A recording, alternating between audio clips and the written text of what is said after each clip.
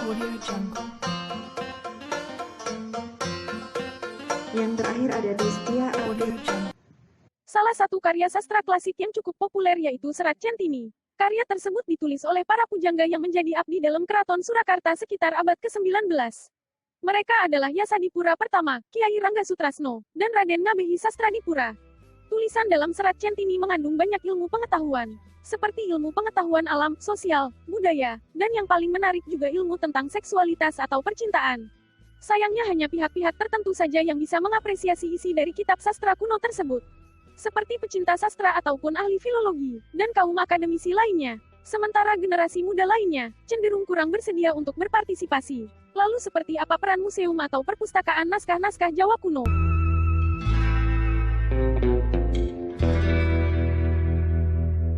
Audio Jungle. Audio Jungle.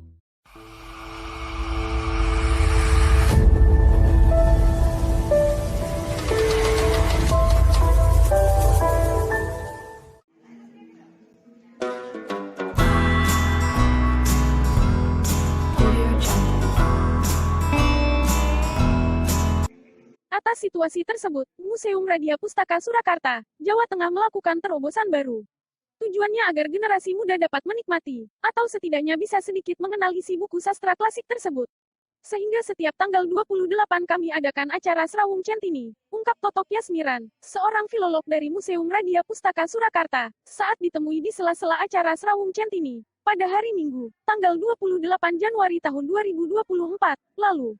Srawung Centini artinya berusaha mendekatkan atau mengakrabi karya sastra itu. Namun beda dengan yang sudah umum dilakukan. Dalam acara tersebut, isi Serat Centini diungkapkan dengan menggunakan media yang unik, yaitu lewat pementasan drama atau teater yang menggambarkan isi cerita dalam semua puisi Centini.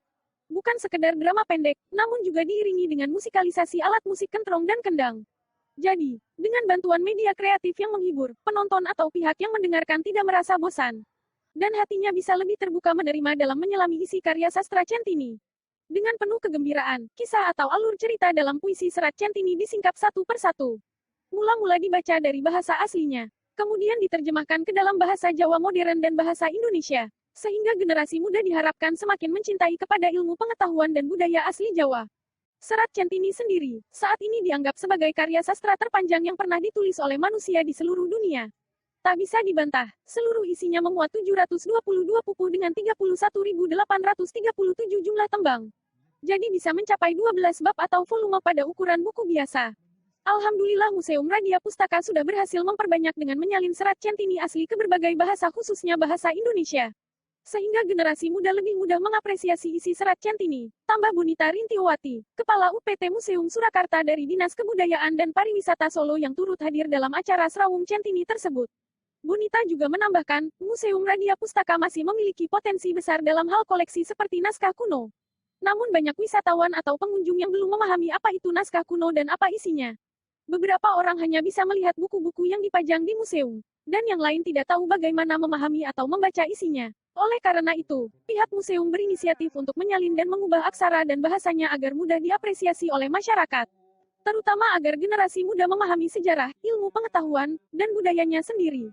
Sejak tahun 2023, terdapat sekitar 23 kitab naskah kuno yang telah digubah atau diubah aksara dan bahasanya tanpa mengubah isi atau maknanya. Termasuk naskah dalam Serat Centini. Naskah tersebut dianggap paling panjang dan dianggap paling lengkap isinya, sehingga dijadikan kegiatan yang bernama Srawung Centini setiap bulannya. Dan pada bulan Januari tahun 2024 telah selesai Serat Centini jilid kedua. Dengan adanya kegiatan Srawung Centini, maka jiwa atau semangat masyarakat Jawa tetap bisa lestari dan terus berkembang. Artinya, meski mengikuti perkembangan zaman, namun tetap mempunyai dasar karakter budaya Jawa. Sementara jiwa atau semangat masyarakat Jawa tersebut dapat dipelajari melalui buku-buku naskah Jawa kuno. Dalam kegiatan tersebut dipentaskan drama teater yang diangkat dari lakon Mas Cebolang. Itulah tokoh yang diceritakan dalam Serat Centini jilid 2. Mas Cebolang dikisahkan kabur dari rumahnya diikuti 4 santri lainnya, yaitu Nurwitri, Saloka, Kartipala, dan Palakarti. Mas Cebolang menjelajahi kawasan kerajaan Mataram dari barat hingga timur. Dalam proses penjelajahannya, ia bisa mendapat salam hormat dan tegur sapa untuk segenap para pemirsa. Ini sarung dari Malaka untuk tidur pastinya nyanyi seni kentrung raja pustaka untuk menghibur kita semua. Mas Cebolang menjelajahi kawasan kerajaan Mataram dari barat hingga timur. Dalam proses penjelajahannya, ia bisa mendapatkan ilmu yang bermanfaat, seperti ilmu seksualitas atau cinta, ilmu gempa bumi, ilmu bintang, ilmu binatang, ilmu sastra, ilmu arsitektur, dan masih banyak lagi ilmu-ilmu lainnya. Sepanjang adegan drama penuh dengan candaan atau lawakan, sehingga suasananya tidak membosankan bagi para tamu yang menonton. Bahkan terkadang para pemain juga membuka dialog interaktif dengan para tamu yang menonton. Kebetulan saat acara berlangsung memasuki Wuku Warigalit dalam sistem kalender Jawa, maka sebelum acara Serawung Centini, juga diadakan upacara ruwatan, terutama untuk tamu atau orang yang dilahirkan dalam Wuku Warigalit. Setiap wuku tentu mempunyai sifat positif dan negatif. Untuk menghilangkan sifat negatif manusia, terkadang perlu dilakukan ritual agar manusia dapat kembali suci jiwanya, serta lebih percaya diri menghadapi permasalahan dalam kehidupan sehari-hari, ujar Murjiarso selaku peruat dalam acara tersebut. Sajian khusus untuk ruwatan, yaitu nasi gurih yang disajikan dengan daging kerbau beserta pisang jenis grahita atau pisang kuning. Peserta yang berpakaian serba putih didoakan dengan mantra kuno, seperti mantra Caraka Walik dan kitab Murwakala dalam bahasa Sanskerta. Sumber, majalah kisah. Audio Jungle.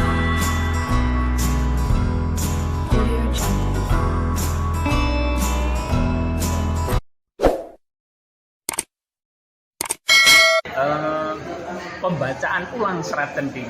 Nah, pembacaan ulang ini bermacam-macam. Ada yang dulu pernah dengan motopatan, kemudian seni kentrung tunggal itu saya sendiri biasanya, kemudian dengan kentrung yang semi teater seperti tadi yang kita laksanakan. Nah, itu dalam rangka pembacaan ulang dengan media yang lain. Jadi kalau mungkin generasi sekarang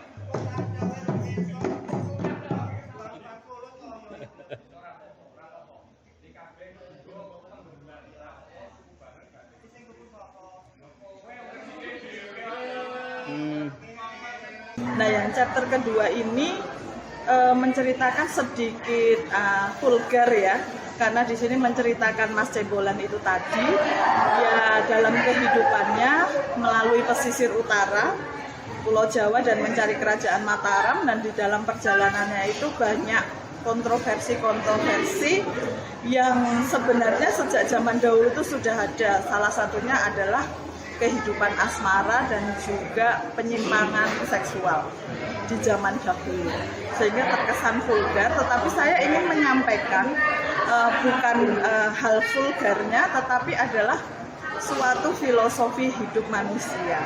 Kalau hidupnya nggak benar, ya akhirnya nggak benar, begitu. Dan itu harus kita tahu, itu adalah the spirit of Java. Jadi semangat atau mungkin jiwanya orang Jawa itu di mana?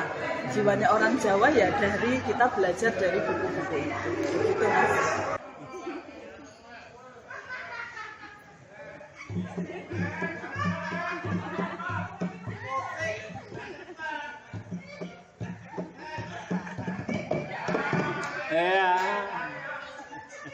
Ruwat yang saya ambilkan dari ruwatan Purwokolo itu saya ambilkan satu kode, satu segmen gitu, satu segmen. Kemudian setelah itu baru mohon kanugrahan. Saya tadi pakai bahasa Sanskerta, anugraha manoharan tadi. Itu fungsinya nanti untuk apa Yang mana? Biar fungsinya itu nanti apa? Biar ya artinya menghilangkan sengkolo, karena begini ya, tiap manusia itu mesti punya wuku. Nah, tiap wuku itu ada kelemahannya. Jadi bila ini kena ngopo itu biasanya diruat memakai ruwatan yang sesajinya juga tertentu, dan ini sudah disediakan oleh Radio Putok.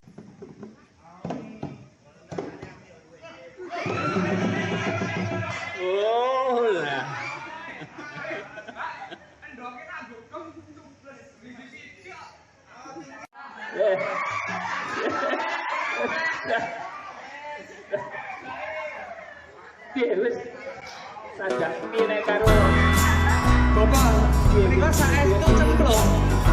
ya